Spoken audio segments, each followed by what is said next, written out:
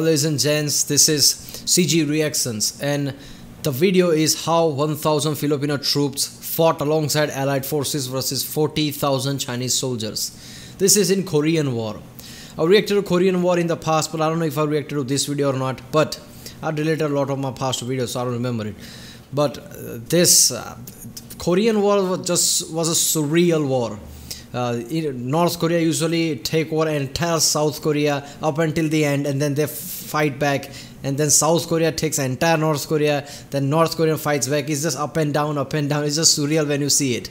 But I think this is the time when North Korea almost took over South Korea up until the end, and then the Allied forces and also Filipino troops went there to help South Koreans. But 1,000 Filipino troops held off 40,000 Chinese soldiers. That's just ridiculous when you think about it. This is not a video game or a movie. This is real life. In real life, if there are 3,000 versus 1,000, there is a, 1,000 are gonna get screwed, because that's way too much heavy odd. 1,000 versus 40,000, that's just ridiculous. So 1,000 Filipinos held off 40,000 Chinese. That's just surreal when you think about it. So let's watch the video. It's gonna be awesome. This is by the channel Masid. In honor of those who sacrificed their lives for freedom, Masid proudly presents The Battle of Yultong, a story of how Filipino troops braved a sea of Chinese soldiers during the Korean War. The Korean War began on June 25, 1950, when North Korea, backed by China and the Soviet Union, crossed the border into South Korea in an attempt to capture its capital, Seoul. In response, the United Nations Security Council... By the way, it's ridiculous how close to the North Korean border Seoul is. And Seoul is one of the major cities of the world. It's capital of South Korea. I think it's capital, right? Yeah, it's capital of South Korea. So, first of all, this whole Korean War is just the different agenda of different countries, and fighting countries are mostly feels like puppets, I think, because Russia and China is supporting North Korea like, you fight, we got your back.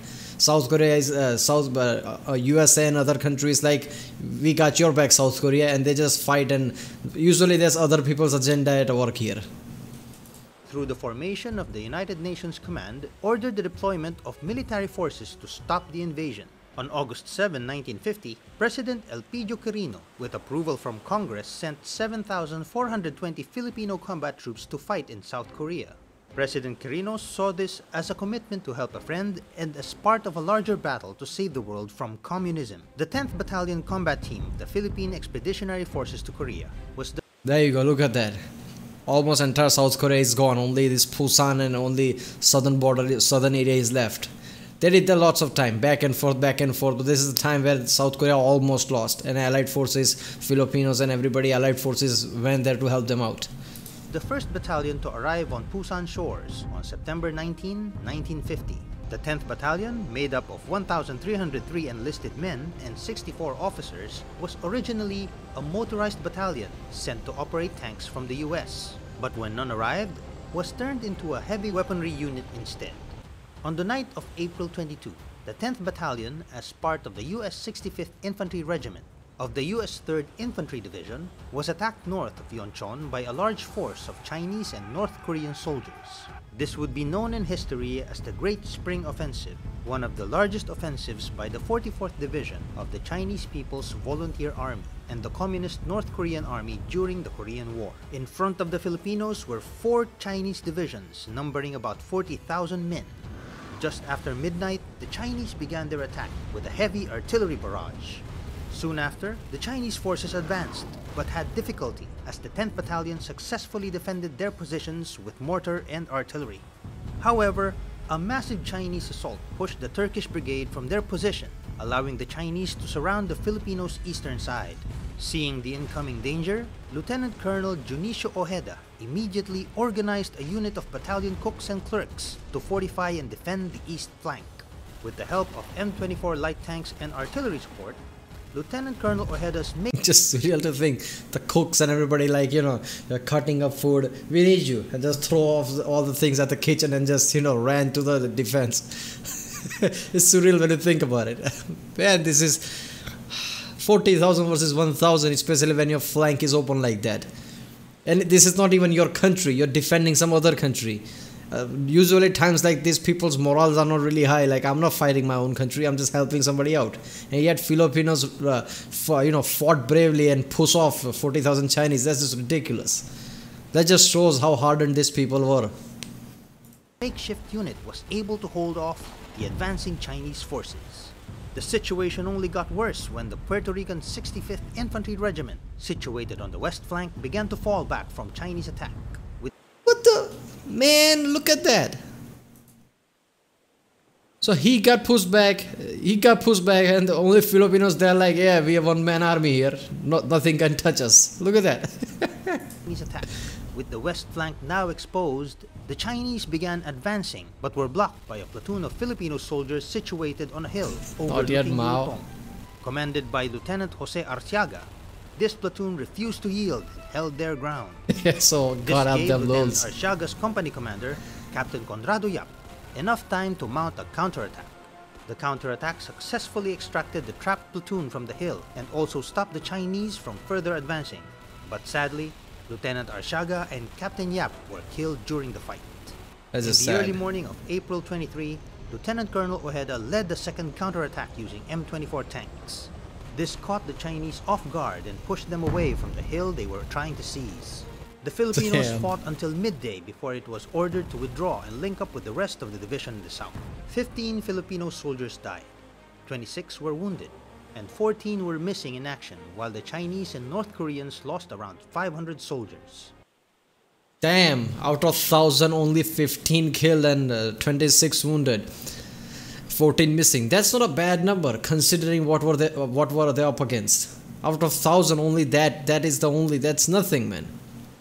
I mean, obviously there are some key people died there, but seriously, when you're surrounded by all sides, every other battalions around you just retreated because they were overwhelmed, and you didn't retreat. So you're surrounded by all three sides.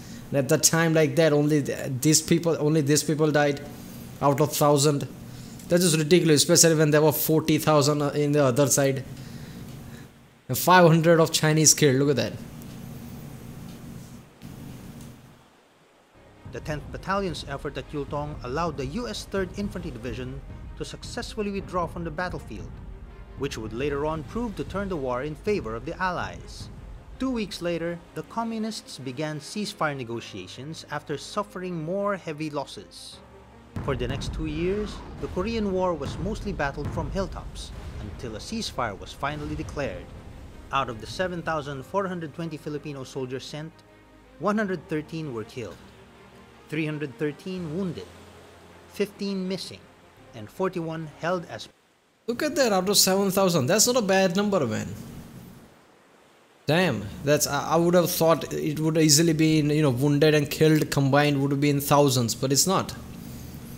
That's surreal when you see it, man. Prisoners of war. Today, a monument stands inside the War Memorial of Korea in honor of the many Filipino soldiers who fought for the liberation of Korea. Recently, during the 69th anniversary of the Korean War, the late Captain Conrado Yap was awarded the Taiguk Medal, the highest military decoration given to a soldier for bravery in combat. Also awarded the Taiguk Medal was fellow 10th Battalion team member Major Maximo Young for his heroism at the Battle of New-dong. The efforts of the 10th Battalion in the Battle of Yultong was instrumental in turning the tide of the war in favor of the Allied forces. South Korea remains a free democracy, thanks to the contribution of soldiers like the Fighting Filipinos, a name given by the US Command to the brave men of the 10th Battalion Combat Team. Did you like our story? Are there other heroic adventures of Filipinos? Man, this story is really underrated. People don't talk about it very often. It's criminally underrated. Because these were really key moments that happened. If Filipinos didn't fought off like that, lots of things would have gone wrong. Especially retreat of Allied forces. So this is criminally underrated. Lots of people should be making videos about this, talking about this. This story is criminally underrated. And also this channel only had 22,000 subscribers. I checked the channel, there isn't that many videos, but still, this was a really good, well-made video. He should make really more videos like this. He should have in hundreds of thousands of subscribers. It's really good. Man, this is surreal. Very little loss against that many people, especially when you were surrounded all three sides because other two battalions retreated. This is Hollywood level thing, man. But it happened in real life. Man. Alright, if you like my reaction, please don't forget to like and subscribe. And comment down if you want me to react to certain video.